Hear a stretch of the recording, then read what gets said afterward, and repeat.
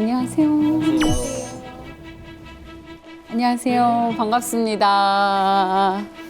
대한민국을 바꾼 법의 탄생, 법탄에서 법반장을 맡고 있는 박세암입니다. 한국 사회를 움직인 법의 기록, 그리고 법을 위한 국회의 생생한 역사를 대한민국을 바꾼 법의 탄생, 법탄에서 전달해드립니다. 자, 오늘 저와 함께 수업을 들을 수강생들을 모시겠습니다. 청토기들과 인사 나눌게요. 안녕하세요. 안녕하세요. 한 분씩 자기소개 오늘도 부탁드릴게요. 안녕하세요. 김은정입니다. 오늘도 법을 배우기 위해 찾아왔습니다. 법새내기 염창민입니다. 반갑습니다. 네. 입법을 위해 치열하게 발로 뛴 국회의 역사를 생생하게 전달해드립니다. 오늘도 함께 하실 우리의 스승님 모시겠습니다. 노종언 변호사님입니다. 어서 오세요. 안녕하세요. 노종원 변호사입니다. 만나뵈서 반갑습니다.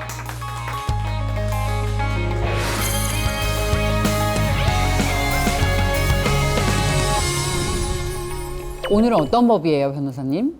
오늘 법을 소개해드리기에 앞서서 한번 사진 먼저 보고 한번 들어가 볼까요? 이 사진 아십니까? 올림픽이 성대하게 열리는 사진. 예, 맞습니다. 대한민국이 선진국으로 발돋움했다라는 시작점, 1988년 서울올림픽입니다. 예, 다음 사진 한번 보시겠습니다. 성화 사진입니다. 당시에 그 해빙무드, 냉전의 해빙무드였어요. 공산주의와 자유주의 간의 화해 무드와 함께 치러졌던 첫 번째 올림픽. 그때 성화 봉송식. 너무 감명이 깊죠.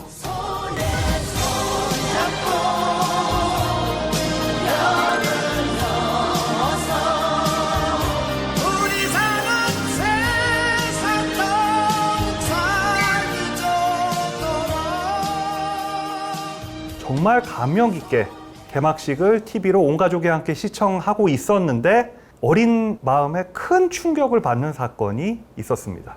자, 여기 보시면 자, 성화를 봉송하는 사진인데요. 성화를 봉송하면서 불길이 확 하고 일어나거든요. 여기 옆에 보이시면은 이 비둘기들이 이 성화에 불꽃이 일어나는데 상당히 많이 타 죽었고요. 어린 마음에 이 비둘기가 타 죽는 모습을 보고 큰 충격을 받았는데, 그래, 저만 충격을 받으면 그냥 넘어갈 수 있다 칩시다. 근데 이것이 전 세계에 동시 송출됐던 상황이었고, 전 세계는 큰 충격에 휩싸였었고, 예, 외국 언론들은 동물학대라는 엄청난 비난 기사와 함께 개막식이 시작되는 사상 초유의 상황이 발생합니다. 사실 저 사건을 우리 언론에서도 그렇게 노출을 많이 하지 않아요. 우리의 가장 큰 잔치였던 서울올림픽을 성대하게 치렀다라는 거 얘기에만 집중을 하지, 사실 그래서 많이 당시에 우리는 기억을 하고 있지만 지금 아마 잘 모르실 거예요. 근데 이게 우리만 한 게 아니고 평화의 상징인 비둘기를 방생하는 게 올림픽의 전통이었어요.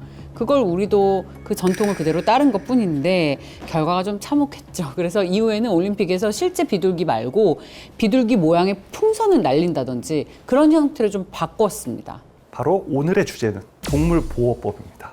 우리나라가 어떻게 동물을 보호하는 인식이 성장하고 발전하는가, 그거에 대한 주제로 오늘의 이야기를 시작해 보도록 하겠습니다. 자, 그럼 영상 보실까요?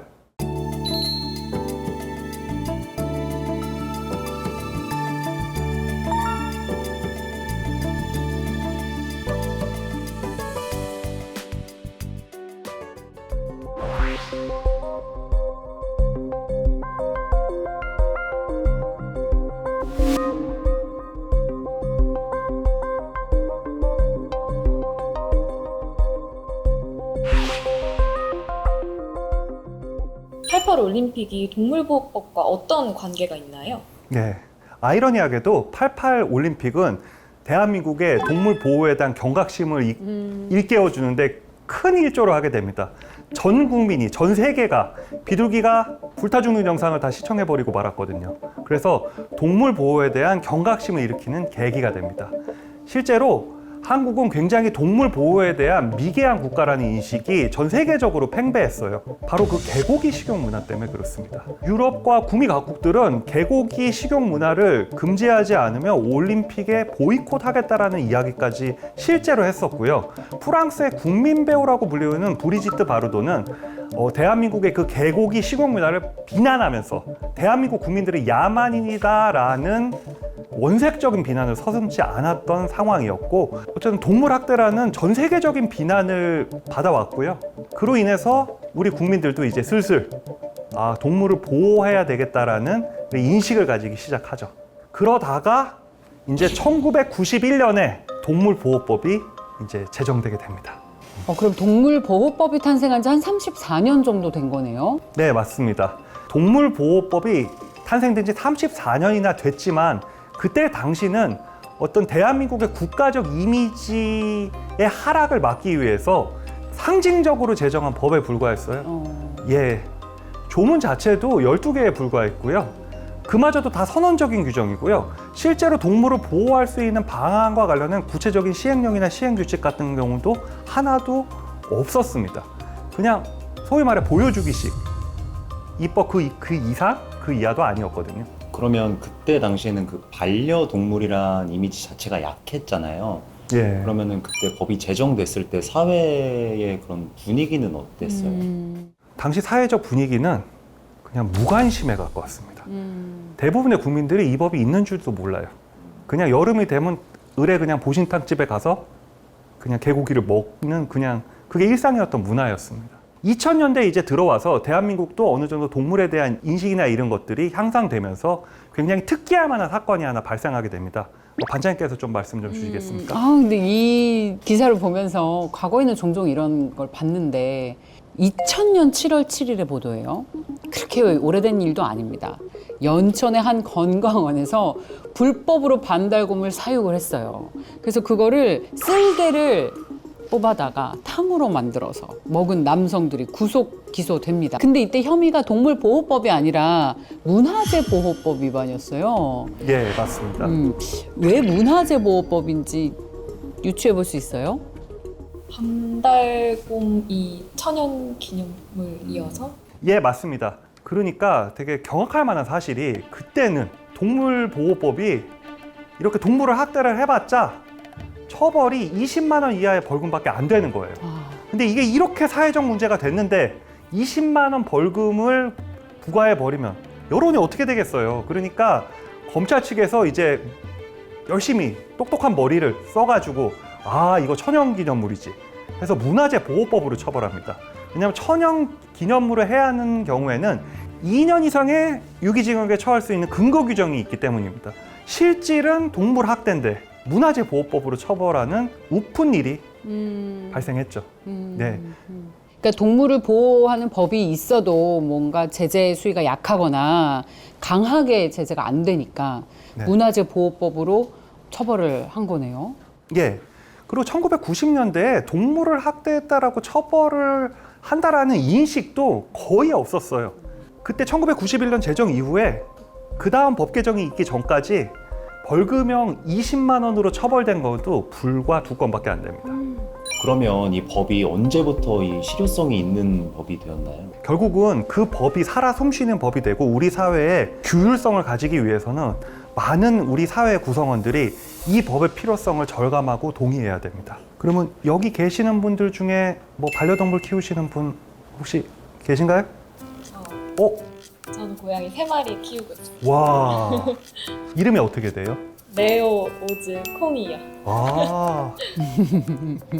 반장님께서는 강아지를 키워보신 적이? 근데 이제는 단순히 강아지를 넘어서 반려동물이잖아요. 그러니까 예. 가족의 구성원이잖아요. 네, 맞습니다. 그래서 정말 아이를 키우는 마음으로 책임을 끝까지 다할 생각이 없으면 아예 키우지 말라고 하더라고요. 근데 강아지나 고양이는 그렇지 않아. 혼자 둬도 괜찮아. 내가 외로울 때 돌보면 돼. 라는 생각을 갖고 대하면 그 친구들이 스트레스를 받아서 죽어버리거나 병에 아. 걸리거나 한다고 하더라고요. 아, 맞습니다. 그래서 저는 아예 키우는 시도조차 하지 않아요. 아, 저 같은 인식이 우리 국민의 지금 3분의 1에 해당하는 1,000만 명 이상이 반려동물을 키우고 있기 때문에 이건 저 같은 인식을 갖게 된 것 같은데 아마 그래서 동물보호법의 필요성이 최근에 더더욱 높아지고 있을 것 같습니다. 예, 맞습니다.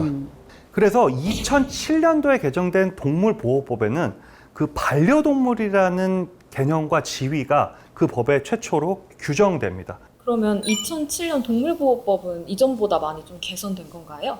이게 개정 정도가 아니라 완전 싹 바뀌었어요. 예, 이것을 전면 개정이라고 하고요. 일반적으로 개정됐다라고 얘기하는 거는 부분 개정이라고 합니다. 부분 개정은 집에 뭐 페인트 칠을 한다거나 도배를 다시 한다거나 그런 느낌으로 받아들여 주시면 좋을 것 같고요. 전면 개정은 그냥 집을 재건축한다. 헐고 다시 짓는다. 이런 느낌으로 생각해 주면 좋을 것 같습니다.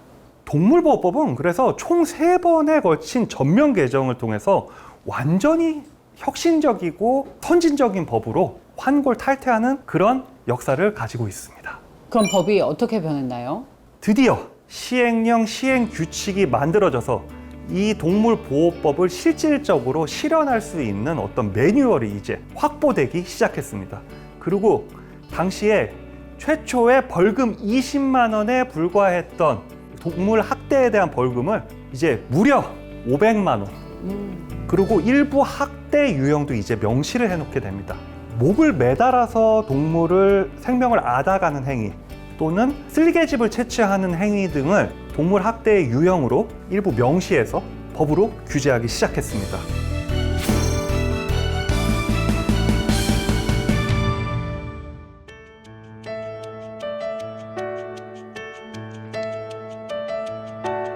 동물보호법 전부 개정 법률안은 그 주요 내용을 말씀드리면 첫째, 동물 등록제 및 동물 판매업과 장려업 등록제를 도입하여 동물이 번식, 사육, 판매 등 동물 관리 전 과정에 있어 체계적인 관리 체계 구축을 도모하고 둘째, 동물 보호 감시관 및 명예 감시관제를 도입하여 동물 학대 행위에 대한 감시와 개정 활동을 강화하도록 하였습니다. 투표 결과를 말씀드리겠습니다. 재석 153인 중 찬성 151, 이명 2인, 기권 1인으로서 동물보호법 전부 개정 법률안 대안은 가결되었음을 선포합니다. 거의 만장일치로 통과가 된 거네요. 그럼 2007년에 법 개정이 된 이후에 어떻게 달라졌어요? 우리가 동물을 바라보는 시선이라던가. 2007년 동물보호법의 개정은 대체로 좀 환영을 받았습니다. 기존의 동물에 대한 인식을 획기적으로 변화시키는 입지전적인 법률 개정이라고 평가를 받았는데 대체로는 하지만 동물보호단체라든지 법률 전문가들 사이에서 반려동물이 가지고 있는 이제 사회적 어떤 인식이나 이런 거에 비해서 학대에 대해서 벌금 500만 원은 좀 너무 약한 게 아니냐라는 의견도 상당했어요. 생각보다. 혹시 기억하실려나 모르겠는데 2010년 고양이 은비 학대 사건 한번 영상으로 같이 한번 봐볼까요?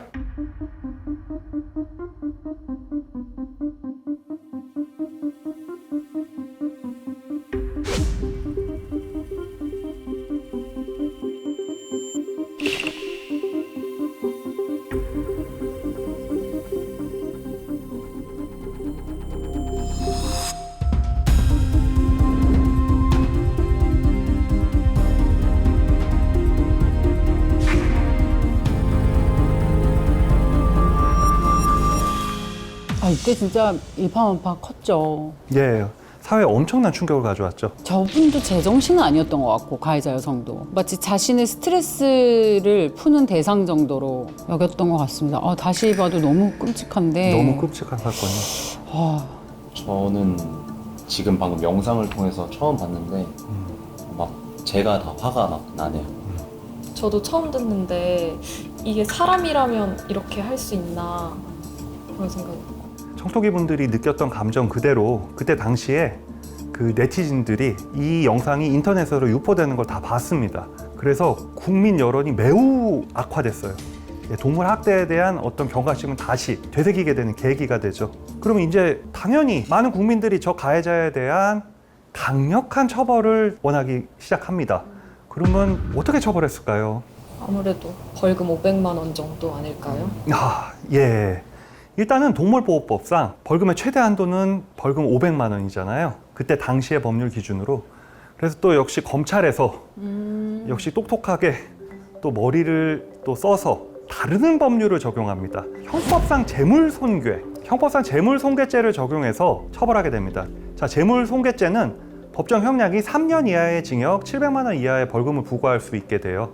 그래서 재물손괴죄를 적용해서 최종 법원에서 징역 4개월에 집행유예 2년을 선고받게 됩니다. 반려동물이 죽었는데 왜 재물손괴죄를 쓸 수 있었나요? 그러게요. 민법상 동물은 현재 물건으로 취급되는 것이 우리나라의 법 체계입니다. 그래서 주인의 소유물인 물건에 효용을 해야 하는 행위를 했기 때문에 처벌한다는 그런 논리를 구성해서 처벌을 하게 된 거죠. 지금의 기준이랑은 조금 달라요. 이 법 체계가 동물은 물건이다라고 규정했던 그 시절은 우리나라 민법의 제정 시기가 1960년경입니다. 우리가 생각하는 동물은 우리 삶의 동반자, 반려동물이라는 인식이 강하지만 그 시절에 동물은 생산수단, 운송수단에 가까운 인식이었습니다.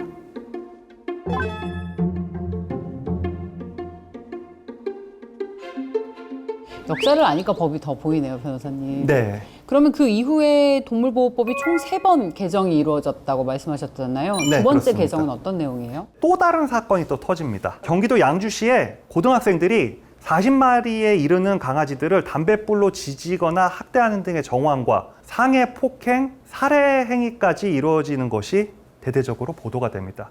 그래서 우리 사회는 큰 충격에 휩싸여지죠. 그래서 2011년에 동물보호법이 다시 개정되게 됩니다. 여기서 처벌이 강화되는데 처벌의 내용은 드디어 징역형이 신설이 되게 됩니다. 1년 이하의 징역, 동물학대의 경우에 그리고 1,000만 원 이하의 벌금으로 대폭 상향돼서 드디어 동물을 학대할 경우 실형을 살 수 있는 근거를 마련하게 됩니다. 그러다가 2022년도에 또 한 번 동물보호법이 개정되게 되죠. 자, 그럼 따끈따끈한 법안 개정된 건 제가 좀 소개를 해드릴게요. 2022년 동물보호법 전부 개정에서는 동물 학대 예방과 반려동물에 대한 관리가 더 강화됐어요. 구체적인 내용을 보면 반려동물에게 최소한의 먹이, 그러니까 사육 공간을 제공하지 않거나 사육, 관리 의무를 위반해서 반려동물이 죽거나 혹은 동물 학대 행위를 할 경우에는 3년 이하의 징역 그리고 3천만 원 이하의 벌금을 부과한다는 내용입니다. 처벌 수위가 정말 많이 올라갔죠. 그리고 반려동물 유기 시 처벌이 대폭 강화되게 됩니다. 기존에는 단순 과태료 처분을 받았는데 이제는 반려동물 유기 시 300만 원 이하의 벌금에 처해지게 됩니다. 즉 반려동물을 함부로 유기하게 되면 전과가 생길 수 있습니다.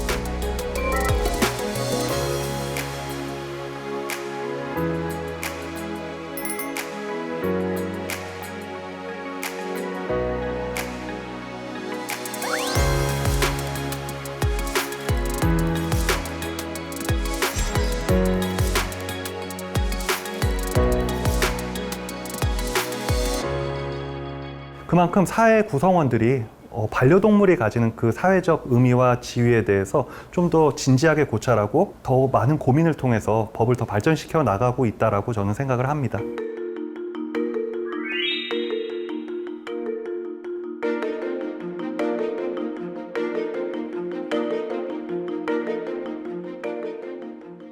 동물보호법 전부 개정 법률안 대안은 맹견을 사육하려는 경우 동물 등록, 보험 가입, 중성화 수술, 기질 평가 등의 요건을 갖추어 시도지사에게 허가를 받도록 하고 동물 보호시설 및 동물복지 축산 인증 농장에 영상정보 처리기기를 설치하도록 하는 한편 반려동물 행동 지도사 자격 제도 신설, 민간동물 보호시설 신고제 도입 및 반려동물 영업관리 강화 등의 근거를 마련하는 것입니다.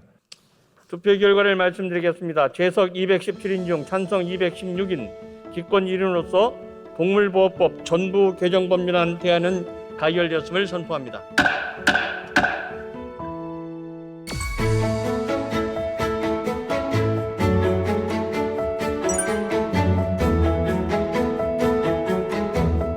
우리나라 동물보호법은 90년대 초반에 만들어져서 30년 동안 선언적 의미만 규정하고 있었습니다. 그런데 그 사이에 많은 이 동물 문제와 관련된 변화가 있었죠. 특히 동물을 반려의 존재로 인식하는 국민 인식의 변화가 컸고요. 그다음에 실제 학대 행위가 빈번하게 발생했고 또 개물림 사고로 인해서 안전의 문제 또한 제기되었습니다. 또 한편에서는 동물 복지 농장이 이제 본격적으로 이제 마련되고 있었고요. 또 이런 시대의 흐름에 걸맞는 개정이 필요하다. 그래서 그전에는 개별적인 개정안들이 많이 나왔습니다만은 이제는 이런 것을 종합적으로 30년 만에 담기 위해서는 종합적인 전부 개정안이 필요하다라고 해서 제가 대표 발의를 했고 그것이 2022년 말에 통과되어서 23년 초부터 시행되게 된 것입니다.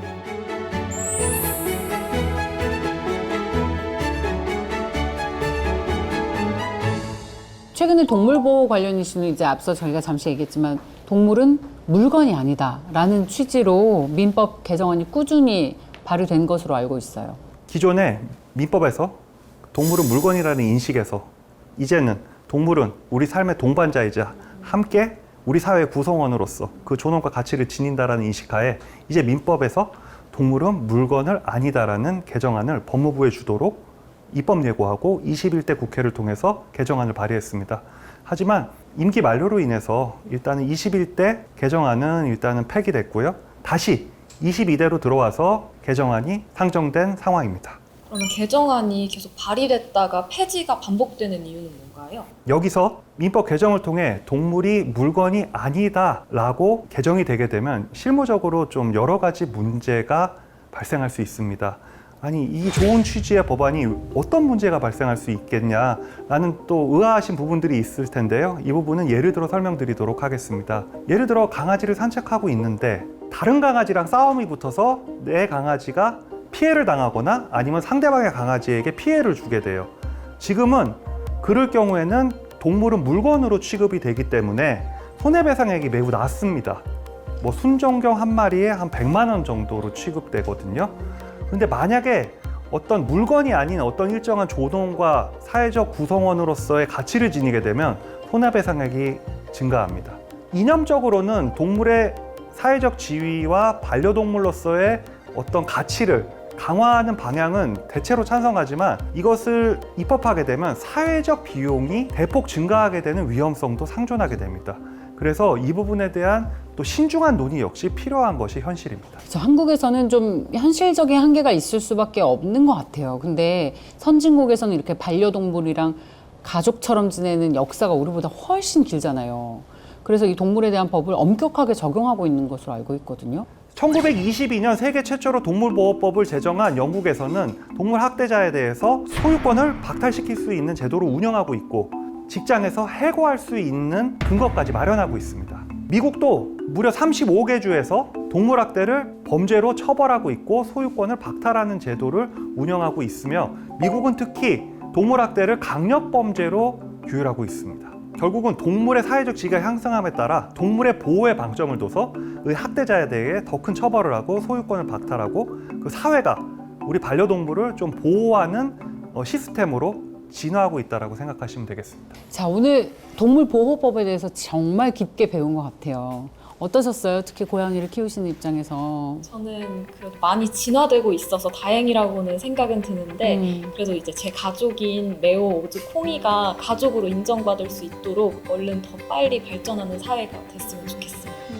인도의 위대한 지도자 마하트마 간디는 이렇게 얘기했습니다. 한 나라의 위대함과 도덕적 진보는 그 나라의 국민이 동물을 어떻게 대하는지 보면 알 수가 있다라는 말을 했어요. 그러니까 가장 약자잖아요. 동물은 우리의 가족이지만 말을 하고 표현을 할 수가 없습니다. 가장 약자인 동물에 대한 태도가 사회의 약자를 보여주는 태도를 비춰주는 거울이다라는 뜻이에요. 작은 생명을 향한 존중이 우리가 꿈꾸는 사회의 시작입니다. 오늘의 법, 동물보호법이었습니다. 보이지 않는 곳에서 대한민국의 법을 수호하며 국민의 삶을 위해 노력하는 국회가 함께하기에 가능했던 순간들의 기록. 대한민국을 바꾼 법의 탄생. 모두의 내일이 달라질 때까지 법의 길로 전진!